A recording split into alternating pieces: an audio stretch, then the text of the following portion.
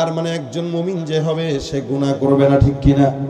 একজন মুমিন যে হবে জিনা করবে না, একজন মুমিন যে হবে দুর্নীতি করবে না, একজন মুমিন যে হবে সুদ খাবে না, একজন মুমিন যে হবে দলে দলে মারামারি করবে না, একজন মুমিন যে হবে কারো জায়গা দখল করে নিজে দখলদারিত্ব করবে না, একজন মুমিন যে হবে ওজনে কোনোদিন ঠকাইতে পারে না। যদি ঠকায় যত বড় শিক্ষিত হোক ওইটাকে শিক্ষিত বলা চলে না, ওটা হলো শয়তান। ওরা হলো দেশের লাগি মহামারীর মতন ফাইলে কলম ঠেকাইয়া চালায় শুধুই নির্যাতন। ঘুষের টাকায় ওদের ভুঁড়ি, ঘুষের টাকায় ওদের ভুঁড়ি করে যে টানটা। ওরা শিক্ষিত শয়তান, ওরা শিক্ষিত শয়তান। ওরা দুর্নীতির ওই আখড়ায় বসে, দুর্নীতির ওই আখড়ায় বসে জাহির করে জ্ঞান, কলম দিয়ে কামায় টাকা ধরে সাধুর ভান। ওরা শিক্ষিত শয়তান, ওরা শিক্ষিত শয়তান, ওরা শিক্ষিত শয়তান, ওরা শিক্ষিত শয়তান। ঠিক কিনা? শিক্ষাঙ্গনের দিকেও ভাইরে দেখো না চোখ মেলিয়া, ছাত্ররা সব বই ছাড়িয়া আছে শুধু প্রেম লইয়া। আরে অস্ত্র সে তো সঙ্গের সাথী, অস্ত্র সে তো সঙ্গের সাথী হইতে মস্তান। ওরা শিক্ষিত শয়তান, ওরা শিক্ষিত শয়তান, ওরা শিক্ষিত শয়তান। ঠিক না বেটি? একটু রাগ করছেন, একটু কষ্ট হয়েছেন ভাই। আল্লাহর রাস্তায় আপনারা নদীর পাড়ের লোক, আপনাদের ভাবসাব আমি বুঝি কম। এদিকে আসি শুধু আমাদের দোস্ত বদরুজ্জামানের কারণে। এখন আপনারা আবার রাগ টাগ করেন না, কারণ আপনাদের কোন ভাব কোন কথা কইলে আবার রাগ করেন। একটু পেরেশানিতে আছেন, পেরেশানি নিয়ে আওয়াজ করবো না সারা আওয়াজ করবো? মাশাআল্লাহ, যুবকরা আমার পক্ষে আছে। রিল্যাক্স। নারায়ে তাকবীর। পীরগিরিয়ার মাজার পূজা চলছে দেশটা জুড়িয়া, শিরকি আর ভণ্ডামিতে সমাজ গেছে ভরিয়া। আরে গাজার কলকিটার মারিয়া দেখায় খাজার শাহ। ওরাই শিক্ষিত শয়তান, ওরা শিক্ষিত শয়তান, ওরা শিক্ষিত শয়তান, ওরা। আমি কাউকে একা অপরাধী বানাবো, আমি নিজেও অপরাধী। আলেম নামেও কত দেখো টাকার মোহে পড়িয়া, স্বার্থের পিছে দৌড়াইতেছে কোরআন হাদিস ছাড়িয়া। আবার জিহাদ ছেড়ে কেউ বা ধরছে, জিহাদ ছেড়ে কেউ বা ধরছে দরবেশেরই ভাব। ওরা শিক্ষিত শয়তান, ওরা শিক্ষিত শয়তান, ওরা। ঠিক না বেঠি? ভাইরা আমার খুব বুঝবেন, আল্লাহ পাক ইমানদারকে ইমানদার বলেছে। ইমানদার কোনোদিন ঘুষ খাবে না, সুদ খাবে না, জিনা করবে না। নাম পাল্টায় দিয়েও কোনোদিন ইমানদার সুদকে হালাল বানাবে না, নাম পাল্টায় দিয়েও কোনোদিন ইমানদার ঘুষকে হালাল বানাবে না। আমাদের দেশে কিছু বান্দারা আছে যারা সুদ খায় ঠিক, মাগার নাম দিছে মুনাফা, ইন্টারেস্ট। ঠিক কিনা? অনেক মানুষ আছে।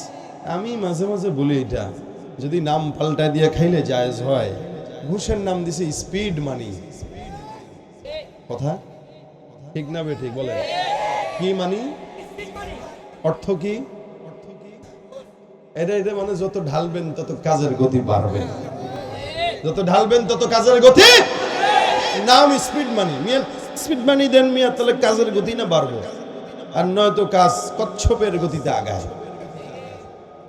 আবার কেউ এটাকে গিফট মনে করে, এমনি দেখেও না। আমার একদিন একজন কয়, ভাই পকেটের মাঝে মাঝে ছিঁড়া টাকার নোট রাখবেন। আমাকে রাস্তাঘাটে যদি কেউ ধরে দিবেন? আমাকে না, আলহামদুলিল্লাহ ধরে না।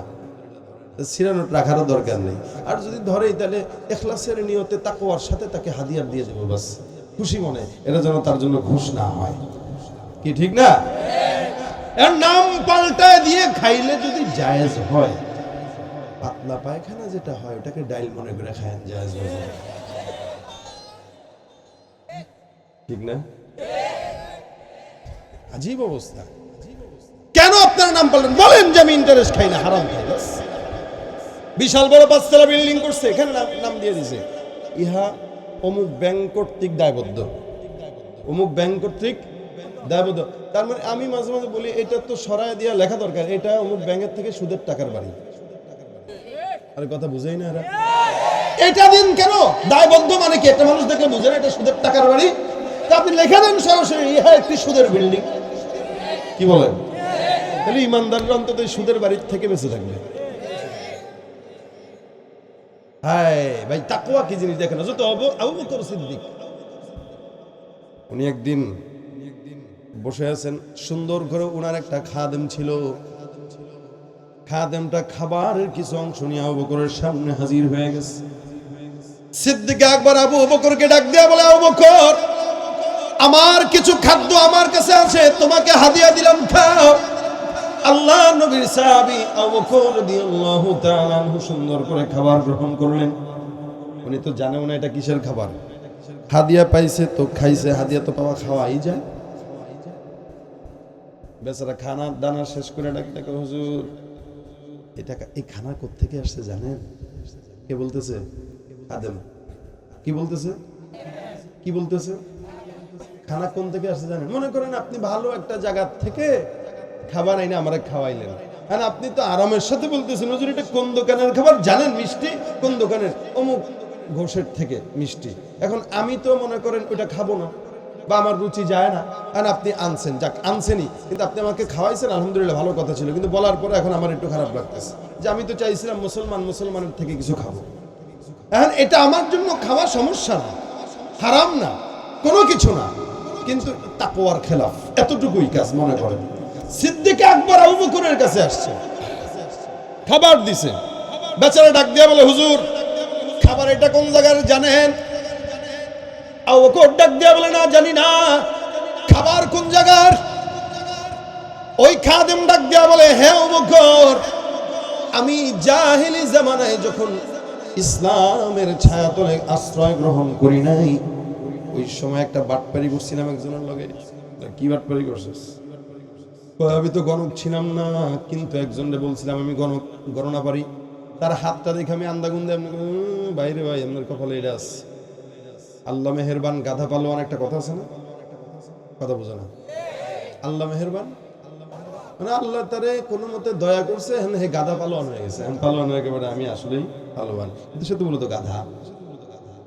এই বেচারা গণক সাইজা এর কাছে গেছে, যাওয়ার পরে কয়, এই যে আমি তোমার হাত দেখে বলতেছি তোমার ভবিষ্যতে এখন কেমনে কেমনে লেগে গেছে আর কি। বেচারা আমার ওই সময় টাকা দেয় না, আজকে বহুদিন পর দেখা, আজকে আমার এই খাবার হাদিয়া দিচ্ছে। হুজুর আমি তো আসলে বাটপারি করছিলাম, চালাকি করছিলাম, গণক তো ছিলাম না, কিন্তু বাটপারি করে খাবারটা নিছি আর কি, এটা আজকে দিছে, আপনারা দিলাম, একা একা খামু, চিন্তা করলাম আপনারাও দেই। এত ভালো নিয়ে দিয়ে করছে, কিন্তু বলছে কারে? হ্যাঁ, আবু বকর সিদ্দিক আকবর।